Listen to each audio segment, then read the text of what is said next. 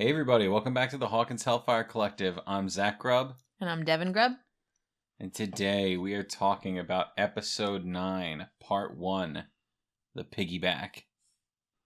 Possibly part 1 of 3. We really don't know. There's a very real possibility. I really wanted us to, have Episode 50 be the end of, the current run of Stranger Things. I don't know that that's going to happen. I don't know either. We got through, what did we watch, an hour of it last night? We watched an hour of it. And there's an hour and a half left, so we could feasibly get through it. However, we have ad breaks.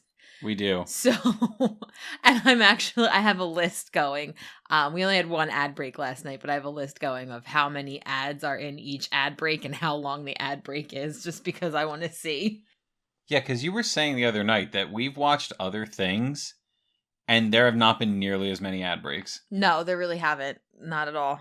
It's super weird. I think it's because Netflix puts extra ad breaks in their more popular shows. Yeah, it's possible. Which goes to show that you should just pay for better Netflix and not have to deal with the ads. But money, so... But money. So, yeah, we don't have that option. Anyway, back to the episode. It's just bleak, man. Everything that happens, knowing what's going to happen, it's just bleak and sad, and I'm sad. Yeah, it's interesting. We rewatched this season finale multiple times after finishing the season. This is our third watch of it. We this is only the third watch. Of this episode specifically, I think it's more than our third. No, it's the third. Okay. I watched other parts, but this is the third full watch of the episode, because it's technically our third watch of the season, because we watched this season twice before we started doing this. It's just, I don't remember on our previous rewatches feeling this bad, feeling this hopeless about the show. Yeah. Well, because we know there's no good ending for anyone. There really isn't, and yeah. And that didn't bother me as much when I was just watching season 4, but now that we've rewatched the entire show, yeah, it hits harder and it's less fun. Because I feel like we've reestablished a connection with a lot of the characters from watching it from, when they were little babus to now they're big babus. I was just gonna say that now they're big babus. So it's different. It definitely is. Yeah. So I guess let's just dive into the episode. Yeah, let's just get into this. Let's just start feeling bad. Yeah. Back after 2 weeks, and we're just gonna be sad. It's time for the sad parade. Yuri. So we start off, we're back at the motherland, and Yuri is not fixing Katinka. No, he's actively sabotaging Katinka. Yeah. He takes a piece out of the motor. Well, that you don't see that. No, you do. It's the very first scene. Okay. Yeah. I missed that, I guess. He slips it into his coat. When I was writing notes, I thought that was just a reveal later on in the episode when he's talking to Dimitri. I thought that was when you found out that he was actually sabotaging it. I didn't know that happened in the beginning, so. Yeah, it's pretty quick, but it's the first thing he does. He takes that part out and puts it in his jacket. Okay. And he gets that shitty little smile. And Murray calls him out for it, and he's like, "Oh no, I didn't do nothing. I didn't do anything. Oh no, when Katinka makes noise, it means she's happy. Yeah, it's a good thing. Yeah, okay, sure." And then we cut to Joyce and Hopper. Yeah, Hulk Hogan was pretty big in Russia, apparently. Yuri was smuggling in Hulk Hogan t-shirts. Yeah. I have thoughts about this scene. Just my personal unpopular opinion, but you can say what you want to say first. Hey, it's the season finale. Let's kick it off with Joyce and Hopper getting naked. Yeah. It's clearly, I don't see the point in this show of lingering on the actors' bodies and stuff. I can understand to a certain point with Hopper because they're showing how badly his scarring. Yeah, he's all scarred up and stuff, but Did we need to?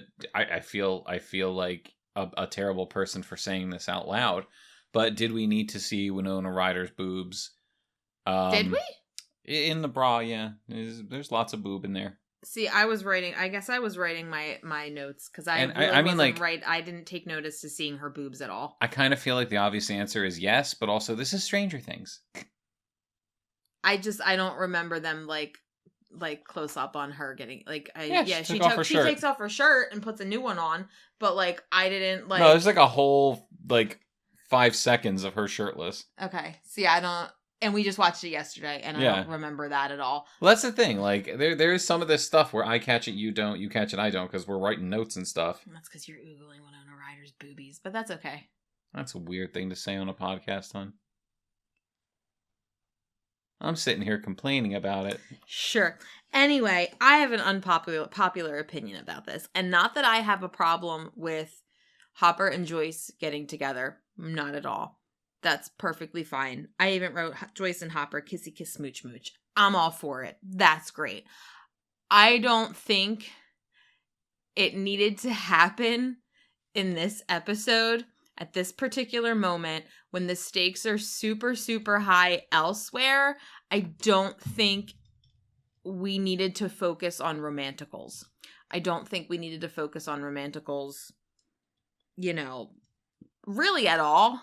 This season with what was happening. Max and Lucas. But that helps to drive the plot a little bit. And so does Steve and Nancy. I don't know. I don't... With this particular scene, I don't think it... I agree. I don't 100%. Think it needed to necessarily be there. Like, okay, yeah, they could have kissed and reunited. That's fine. But, like, it doesn't need this whole big scene when the people in Hawkins are literally preparing for the battle of their lives. Yeah. Like, that's just how I look at it. There's bigger fish to fry elsewhere. Speaking of fried fish, Hopper over here dreaming about breadsticks and lasagna. That's true. And I got one thing to say about that.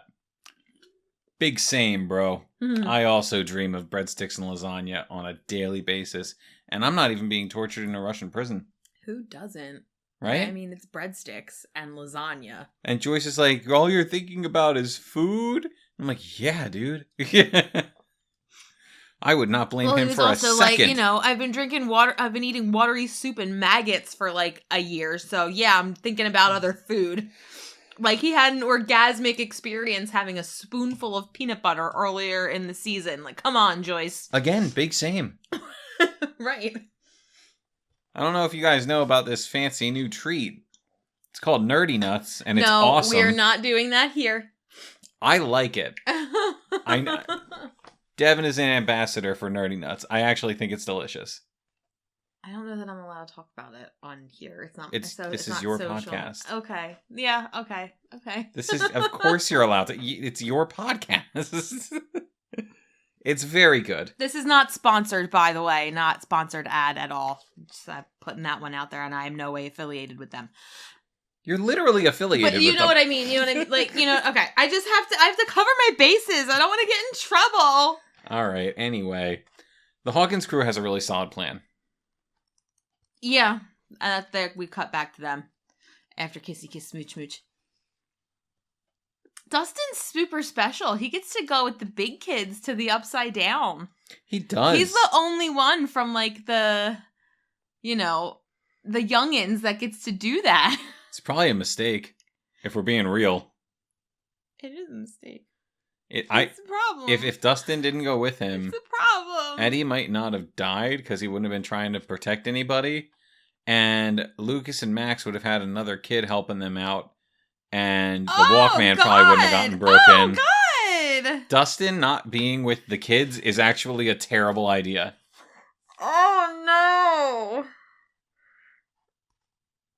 Oh. It's not good. Just throw some more guilt onto Dustin. I'm sure he's not already carrying enough. Well, if we're being real, I don't think he fought to be on that side. It was probably Steve's plan. Yeah. Or Nancy's plan. I was gonna say, it's Nancy. I think it's funny that Steve does a superhero landing when he goes into the Upside Down. Yeah. And I remember seeing that in the trailers, and I was like, ooh, what's going on there?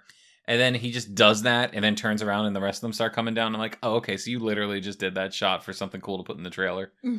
Hey, respect. You got to do it sometimes. Yeah, I mean, why not? You need dynamic images to throw into your trailers. Everybody else kind of just flops. Yeah. And then, they go over the plan together. Are you upset because Eddie's about to say the thing? I'm upset about the whole episode. Eddie says we are not heroes. Because Steve's like, don't try to be heroes. If it gets to, you get out of here. And Dustin's like, we know, we're just decoys. And then Eddie's like, don't worry, man, we are not heroes. And then he has we talked about this little moment. Yep. And I was just like, I understand that this is why people ship Eddie and Steve, because it looks like they're both giving each other goo goo eyes here. But it's also did you write it down? Yeah. So they give each other a nod just before Steve, after he tells them yo, Steve, make him pay. Make him pay. And they nod at each other, and I feel in that moment Steve is got very aware that oh, Eddie's he kind of knows that Eddie's not gonna. Well, I think he's thinking if shit hits the fan, Eddie's gonna step up and if not for nothing, to protect Dustin. Exactly. I don't know. There's something about it. You're a liar, Edward Munson. You are a hero. There's no more running for Eddie the Banished. Stop it! I'm going to refer to him as Edward for the rest Edward the Banished. For the rest of our talking about this. Why? Because I feel as though I need to call his whole name. I'm angry. You gotta... No, he deserves the formal now. He needs the formal. I'm mad. So, we actually get some of the best scenes with the California crew of the entire season. Because Argyle is amazing. He is. And he, these last few episodes with Argyle, it's kind of wow, you're really underutilizing him because he's actually great and he's really smart and competent. I don't think he was underutilized, honestly, because I feel most of the time when we're complimenting that story, it's because Argyle's doing something. Yeah. I just mean underutilized in the fact that he actually he found where the Nina project was. Yes. He comes up with their solution for these things. He's a sage. So that's right. He's a goofy sage. In the beginning, you're just oh, he's Jonathan's burnout friend, and it's well, no, he's actually paying attention. Jonathan's the burnout, right? Argyle's living his best life, right? You're not a burnout if you completely enjoy where you are and you're happy with your life. He's totally happy with everything. Yeah, guy just makes tasty pies and he lives his life and he's happy about it. So we're back to the California crew, and they're trying to figure out how to get back home to Hawkins, and Jonathan's on the phone with the airline, and the only way that they can get back is, the next day, and that's not enough time, and blah, blah, blah. And then 11 kind of has memory of how she went into memories through Billy. So she comes up with explains that she can protect Max from where she is by going into her mind through the mindscape going into her mind. The piggyback. By piggybacking. And she's saying how she needs a bath. She needs to be in a bath. Yeah, gotta be clean into the end of the mind. But, they're well, how are we gonna do this? We need a tub. We need 300 pounds of salt. And he's and Argyle's I know where he's where you can get 600 pounds of salt. And he's yeah, I do. Yeah, I do, bros. And the mind fight is on. Mind fight is on. But he says it on. It's on. Great character. Great character. Him. I'm so glad that he survived the season because hashtag if Argyle dies, we riot. Oh my god, don't put that in the universe. That's not cool, man. Channeling Argyle. I need Argyle next season. All of our regular comic relief characters aren't going to be feeling very funny. No! We're going to need him. Our main man, Dusty Buns, is going to be a completely different person next season, so... And then, oh look, a mentally unstable 17-year-old with a revolver. Oh my god. it's not in this particular scene, but there's a shot of him later on, and even his eyes are like bloodshot. Yep. And like we've talked about it in the last couple episodes where you see Jason, and it's just like, if I was his friend, I would be more concerned about him than finding somebody that I think may have killed my girlfriend. Yeah. It's gross that none of his friends are like, oh, he keeps getting worse and worse. Well, he only has we need to one stop. left. He only has that one dude. That's true. None of the other ones followed him. Well, and one of them got, Vecna'd in the lake, so. Yeah, that's right. It's wild. Also, like, he doesn't fear for his life at all, the friend.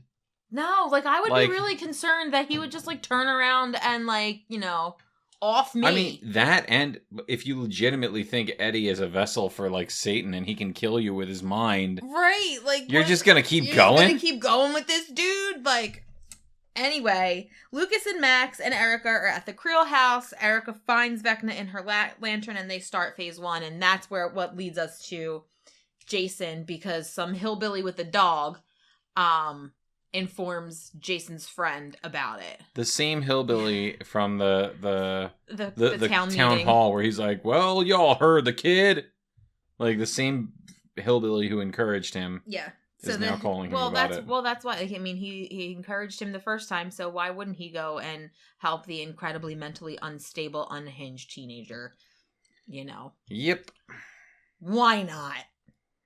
Why don't you sell that kid a revolver? Okay, and then we go back to Russia, and they're having like a little regroup because they got a phone call from Hawkins, the woman who was with Owens.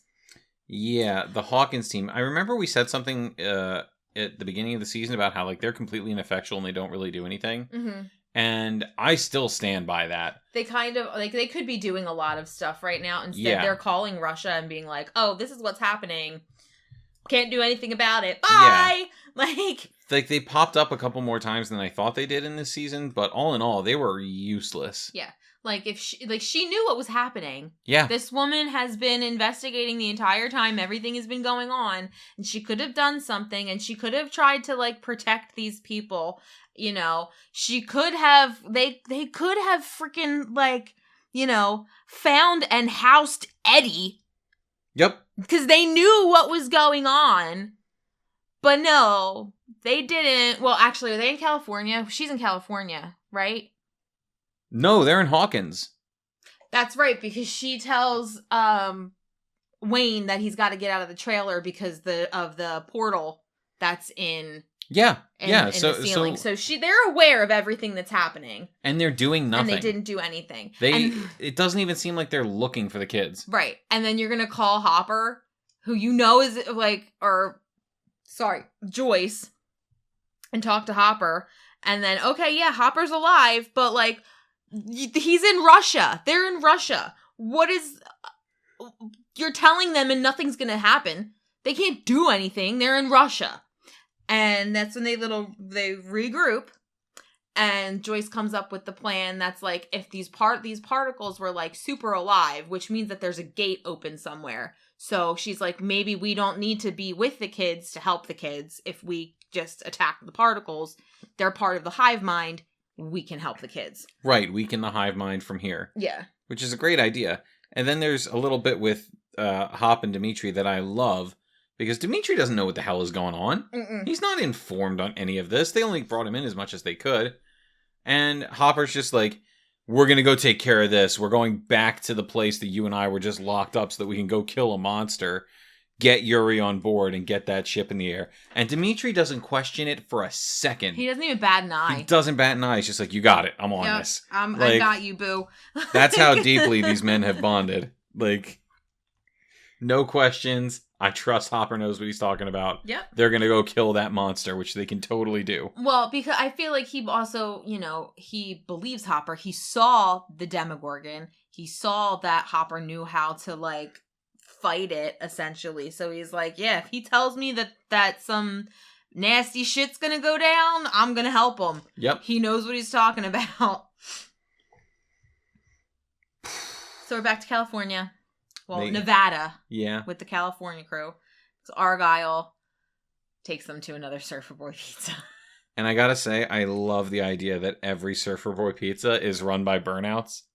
But they're not burnouts if they enjoy their life and what they're doing. This guy clearly is happy as a clam. This one might be a burnout. His whole pattern of speech is a little lazier than Argyle. He's supposed to go to Taco Bell. Exactly. Argyle's got pep. He's got zing. He's up, you know? And Jonathan convinces him to let them use the Surfer Boy pizza with purple palm tree delight. In exchange for some purple palm tree delight. And I love that there's another little moment, and I thought it was so funny. Like, Argyle is telling the other Surfer Boy dude that like what they what they need and everything, and he's like, see this suit, this weird girl, she's got superpowers, and then they cut to 11, and she does this like this, I don't know if she was like supposed to make a fun, like she does this like funny little smirk that it's just like, yeah, I'm the weird girl. Weird. It's me. It's me. Hi. I'm the weird girl. It's me. Also, like, when he walks in, she's like, no, we're not here for any of your tasty pies, bro. Like, and then I love the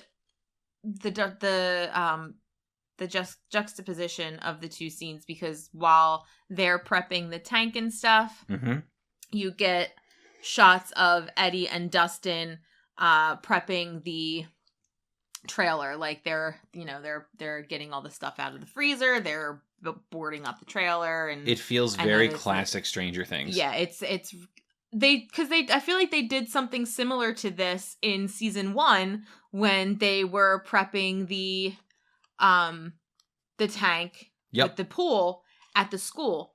I want to say like they did that at the same time where Jonathan and Nancy were kind of like preparing the buyer's house for the, you're right, the Demogorgon. So like there's definitely a lot of drawbacks, and there's one later in the episode too. There's some callbacks with season 1 in this particular episode, which is the finale of season 1 with the finale of season 4, which I like. Me too. I didn't really. I just thought of that right this second. I had that feeling while we were watching it, and I even wrote like down. We've seen this before. Right, but I didn't like remember exactly why. That's good. That's good, hun. And then Nancy, Robin, and Steve are heading through the woods to find the Creel house. Yes, and Steve has one of my favorite monologues of the show. Yeah, you can talk about you. I didn't really write much down about that, so if you want to take the wheel. Yeah, I mean, he just has his monologue about learning how to crawl forward. Yeah. And he's like, yeah, when I was a kid, I crawled backwards until I fell down the stairs and hit my head. And then he like, I don't know, it's Joe Keery delivers the message of this monologue really well, because it's not overstated. He's not monologuing in a way where it's like, I am the person talking right now and your full attention is on me. He's just speaking. And he's just having a conversation. Yeah, he's just having a conversation. And you can tell he's really thinking through each thing he says, and there's purpose behind his words. But again, it's not, look at me, I'm talking at you. It's, I am clearly being thoughtful with my actions and my speech, which is not something that is normal for me. Right. Yeah, like, well, and that's part of like his whole monologue is basically he's admitting to how he was kind of like a douche, and how it's taken him a lot to grow, and he has, he's grown a lot, and he's admitting to not always being a great person and having had to grow up. Right, and ultimately coming back to the end of his relationship with Nancy was the bump on the head that he needed to become a better person, to be, the adult Steve that he is. Yeah. Daddy Steve. And I forgot actually that he does manage to tell Nancy that his whole vision of the future, right. It's her. It's not an unnamed woman with him. It's her. It's Nancy. Yeah. And I actually we've discussed this before. I actually really like the idea of Steve and Nancy being together in the end, because I feel like Steve has reached the person he wants to be, and that person could easily live a life with Nancy where it's not just put into the little box that Nancy doesn't want to be put into. I could see them living a life of support. Yeah, and like from watching this season or like rewatching the show, because in the beginning I didn't feel that way. Yeah. I was all for Nancy, be by yourself. Nancy. No, not even Nancy. Jancy. Sorry, go on. Nancy, kind of going off and doing her own thing and, being happy as like an independent woman. That was kind of that's what I would want for Nancy. And I'm still not, against that. That would be cool too. But if she's gonna end up with somebody, from rewatching, I would want it to be Steve as well. And basically, be like what you like, she doesn't necessarily want to be, the mom housewife with the picket fence and everything.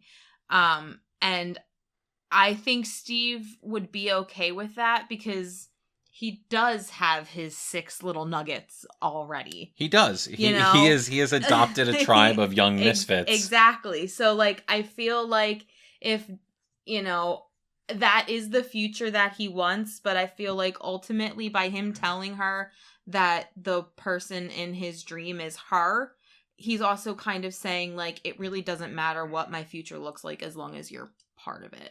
Right. So I feel like he'd be okay with her, well, I don't necessarily want kids right now. Like, I want to be this, like, globe-trotting reporter. And I feel like he'd be like, okay, yeah, let's do it. Let's hop in the van. You need a cameraman? Right. Yeah. So I'm on board the Steve and Nancy train for season 5. And if Jonathan dies in season 5, which I am absolutely certain will happen, that'll be an easy way to stick them together. I was washing my hands. Yes. And there is actually a scene in this episode we'll get to that makes me think even more that Jonathan is going to be the character who dies. We're getting there. Yeah, we are. And then Robin comes in. She's like, I found the house! Like, you broke up the moment. Thanks, Robin. Queen cockblock. Also, she is one of Steve's little nuggets. Yeah. She is one of the nuggets. She's like little sister. Yeah. And then from there, we have a scene with Dimitri and Yuri. And Dimitri convinces Yuri to get his shit together. Yeah, I didn't write anything down about this. That's all I put, was that he convinces Yuri to stop dicking around and to, fix the plane. Yeah, he's like, oh, I heard about this Yuri who is, he led his men to victory, and it's, does that guy not exist anymore? I'm like, I don't care. I feel like they're trying to give Yuri a little bit of a redemption. Or at least explain how he became why he's that way. But I don't care. Right. I just liked the moment because I like Dimitri. Me too. So it was good to see Dimitri get to do something. So then we go back to Lucas and Max. They're being cute. And they have this cute moment before the shit flies everywhere. Again, all of this happy just to be broken. Yeah, and I got some gripes. I got gripes. They know how to fight back against Vecna, and I understand they were trying to be quiet, but why did they stick with just having Max's little Walkman? Like, they could have gotten a speaker? Boombox? A boombox? A boombox! They could have gotten a boombox! Right, they didn't have to put it on at the moment. Right. But, like, they could have immediately, as soon as she started, like, he could have just, like, had the tape in there and then hit play as soon as she started to float. And then he could have kicked Jason's ass like he did, but but with the soundtrack being Kate Bush. Would have been a lot harder to break a boombox than a Walkman. You just went out and bought all this military equipment. You couldn't stop off at Radio Shack and get a boombox? I'm being era appropriate here. Radio Shack. Well, R.I.P. Bob Newby. R.I.P. Bob Newby. Just, come on, guys. This plan was so good, and you left out, you left the most important thing to chance. Well, it works, because they... No, it doesn't work! No. What she wanted in the... Shut up! She gets Vecna into her little light, and then they go to the attic, which is what they wanted to do. Sure, but they should have set up a boombox in the attic. I'm not saying that they didn't need to do that. Also, Vecna would be much less of a threat in today's era. Hey, you got Bluetooth? Good, we're fine. Because also, it makes me sad because this is the 80s, and like, you know, I don't know I'm assuming cassettes were probably not like super cheap based on like 80s, maybe, or like, you know, they're probably like $15 a pop, right? I don't know about that. Like, think about it. CDs weren't crazy expensive when we were like kids. $20. $15-20 for a CD. Okay, when we were growing up. But if you got the money to blow on military grade weaponry, I'm just saying, yeah, but this is where I'm going. Okay. Max didn't have a whole lot of money. She lived in the trailer park. Sure. I'm going to be under the assumption she probably didn't have a whole lot of cassette tapes. She has this Kate Bush cassette tape, and Jason smashes it with his foot. So she doesn't have it anymore, even if she comes out of this. He ruined her favorite cassette. Okay, yeah, I understand why you're upset, but like, least of our problems. You know, I'm aware of that. I just wanted to gripe a little bit about how that hurt me. How it hurt you personally. It hurt me personally. To hear the crunch of that. To hear the crunch of the Walkman with the tape inside. We're not there yet, no, but I feel your pain. We're going to be all over the place for this episode, so you just need to bear with us, because... And also, this whole season makes me want to buy a Walkman. I did a Star-Lord. I miss mine. I did a Star-Lord costume a few years back, and it was really good, but I couldn't get my hands on a Walkman.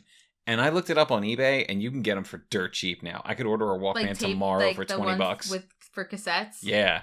I had one for CDs, and it was my favorite thing. Oh, I didn't even call those Walkmans back then. I just called them CD players. Mine was called Walkman brand. Mine was a Walkman. Yeah, it was like a Sony Walkman. And it was... Someone's fancy. It was so... I got it when it was not new anymore.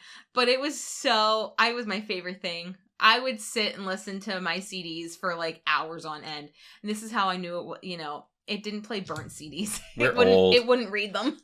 Anyone else miss iPods? I miss my iPod. I miss my iPod so much. I feel like we're back. I don't know what happened. We're back to needing iPods again now that phones don't come with like headphone jacks, and most of them don't let you play your music unless you have iTunes. Yeah. Like, I don't know what happened to my iPod. It was so good. Me either. I had two of them. They're both gone. It had that was like my lifeline. And every single song that I loved was on it. My Vecna song was on it. I know.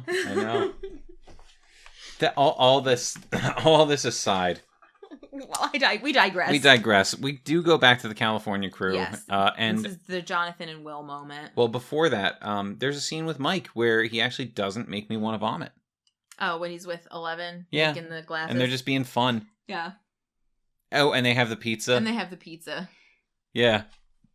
Try before you deny. And 11's like, it's good. It's really good. And I'm like, yeah, good for you. But this is when Jonathan and Will have their little moment where Jonathan kind of like... He genuinely reaches out to his brother. Kind of apologizes for being a shit brother. Like, you know, the whole time that they've been in... The entire season? California. You know, he admits that it's, you know, it's because he's got his own shit going on, but, like, he's sorry that he hasn't been there for him. Yep. And basically tells him that, like, I'm gonna love you no matter what. So... He knows his brother's gay. Exactly. And he, without saying it, he's just, like, you know... Gives him that affirmation. He gives him the affirmation that when you're ready to tell me, nothing is going to be different. Which is good. Yes. But also, how could you possibly think it would be? This is the guy who got you into Bowie. But yeah, I know. I'm what joking. mean? I'm joking. Looking at it from Will's perspective, he doesn't know what anybody's going to think. It's this true. This is the 80s. This is the 80s. Bike seats are high. Trampolines didn't have nets. Your parents wrote your name on your underwear. Deep Cut Bluey reference, all anybody? Right. This is not the Bluey podcast. It could be. We could totally talk about some Bluey. Oh, God. But, like, this is why I think Jonathan is going to die next season. I think Jonathan has come full circle in his character arc. Yeah. What else do they, what else do they need him for? There's nothing else that we need Jonathan for after this. Unless it's to, die protecting Will. Right, which is exactly what we think is going to happen. And the Duffers have said they don't want to rely on character death to tell stories. I get that, but you're in the end game. You're going into your final season. Yeah. I think it's going to happen. And I think not that anything that happens on this show is realistic, but I think it would be unrealistic if everybody survives next season. Oh, totally. Totally. Especially like knowing what happens with this season, if the everyone world lives, is going to be wild. Completely different next season. Like you said, if everyone lives, it's kind of like, well, how? Yeah. Vecna has to do some damage, like right. Real damage. So. The tub is ready. Time for a bath. Time for a bath. From here, 11 goes into the mindscape, right? Yes, 11 goes in to find Max, and she finds Max. Yes, and I have... Well, wait. She finds Max, and as soon as Max gets taken over by Vecna, that is when she jumps in as well. She piggybacks on the fact that he has taken her over. Yes. So, okay. Now. I have a theory. Okay. We've talked about this before, but... I think we both at this point think there's a possibility that Vecna's been choosing his targets because they will make him stronger. Mm-hmm. And they make him stronger because they have powers. Well, we think latent they abilities. Think they have latent abilities. Like he takes them because they have the potential. They are, they're damaged, but we have a feeling, like an idea or like a concept that we're playing with that like by being that way, by being vulnerable and like, having suffered trauma, they are more open to having these latent powers. Right. We know that when he killed the other kids who had powers, that made him stronger. Right. Brenner flat out says that. Mm-hmm. I don't think he would ever target people specifically to open his gates that wouldn't make him more powerful. Right. Especially because he's like holding on to them. We see them in his mindscape, in those pillars. Yeah. Like, he's adding to his strength. So. Yeah, he's got ulterior motives for his killings, not just to kill. Yes. So, if Max has the potential for powers, if Max has latent powers, and she, at the end of this season, because of what happens to her, is completely sensory deprived. Mm-hmm. Because she is. She's vegetative, essentially. Yeah. Maybe the reason 11 can't find her when she goes to look for her in the mindscape isn't because Max is not there, but it's because she's wandering the mindscape. Max is wandering the mindscape. Yeah. She's not in her mind because she's literally wandering the mindscape. Yeah. It's possible. There's a lot of, speculation about Max winding up with powers for next season. So that's, I don't necessarily disagree with you. And we already think that, like, Will's got something, too. So, I mean, whatever Will has, it's connected directly to Vecna. Yeah. But I just think that's one way to look at the end of this season that makes it slightly less bleak. Because I do think there's a possibility that this could be what's going to happen. It doesn't make any sense for Max not to be in her body unless Vecna has control of her, and if that's the case, how is she alive? Like, wouldn't 11 have broken the control? Unless he's using her body. Also a possibility. That's also a possibility. Go on. I want my other theory to be correct about that one. I know. And we'll talk about that in the next episode. One, yeah. And then we'll probably have an episode all about our theories for next season. Oh, definitely. I want to do that. But also, I do want to talk about what Max says to, to kind of lure Vecna to her. Yeah. I feel like this is how she actually feels. I feel like the letter that she wrote is not necessarily truthful. I think they can both be true. I think they're both true, but I think this is what she feels more. Yeah. And I feel like this is why she's been so weird with her friends, because she's feeling guilty for, not feeling bad about the fact that he died. And I think it's very realistic in that people who go through abusive relationships, no matter what kind of abusive relationships they may be, are definitely in a place where it's like, yeah, I did wish that guy was dead. What does that make me? Right. Like she's like, does that make me as bad as him? Because I wanted this to happen. I was okay with this happening. Yep. So I agree with you that they both can be true, but I feel like this is what was driving her away from her friends. The possibility that she's a bad person was keeping her from being with her friends because they're good people and she didn't feel like she deserved to be with them. Yep. Because she wasn't a good person. I agree 100%.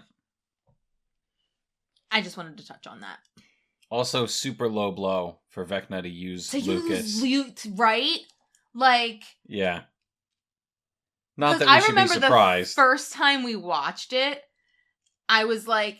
Lucas, no! I was a little concerned at first that was, like, actually what he... Like, that he was really saying that, and then when he turns to her, even before his eyes change, you're like, okay, no, she's being Vecna'd, he's using Lucas. But, like, at first, you're like, what? Lucas, no! And then... Iconic! The Master of Puppets scene. This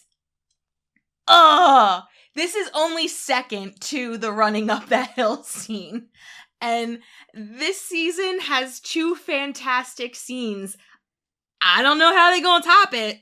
They're not. They're not going to be able to top those two scenes. No. This was incredibly cool. It was so cool. Ridiculously cool. So cool. And, like, I remember before, like, when part 1 of this season... like ended, we were talking and we were just like, Eddie needs to play the guitar in the Upside Down. Like, how cool would that be? And then he did. Yep, and then he did. And he did a great job, man. He does. And when they're like 20 seconds, he's like, okay, let me rip out this solo. I gotta shred. Just give me some more time to shred, man. I got 20 seconds left. That's enough time. Let's do this. Let's whip out a face melter. It's just so good. And then all the stuff that's happening while this is happening, like Max running through her memories and Erica running away from like the jock and everything, and it's just like, oh my god, this is so intense. Like, this is so good. Like, it pulls you in and keeps you there until like the end of the song. It's amazing. And also, Joseph Quinn learned how to play this. It's actually him playing, except the solos. The solos is what is being used by like the body double or whatever, the guitar double. Still but super impressive. He learned how to play everything, including the solos, but I don't think he could play it fast enough. Yeah. So they used the guitar double to stand in for him. That's fine. Which I've actually seen pictures. Like, dude, you worked your ass off. And they put the guitar double is in like a full, like the full Eddie outfit and everything. It's like not just his, like he's fully dressed as Eddie, I guess, for like far away shots and stuff. It's really cool. It's just so good. And that is where we're going to end That's part where one. we're going to end part one. We're going to end part one talking about Master of Puppets. On a high note. Good so note. good. And then we'll come back. Yeah, we will come back. We are I'm gonna put a hard stop on this right now. We have a tendency to kind of like keep talking at the end of these episodes, but there is plenty to talk about for the rest of the season finale. We still have an hour and a half left to watch. So. Yeah, we still have an hour and a half left to watch. So, signing off from the Hawkins Hellfire Collective. I'm Zach Grubb. I'm Devin Grubb. Dusty Buns gets it done.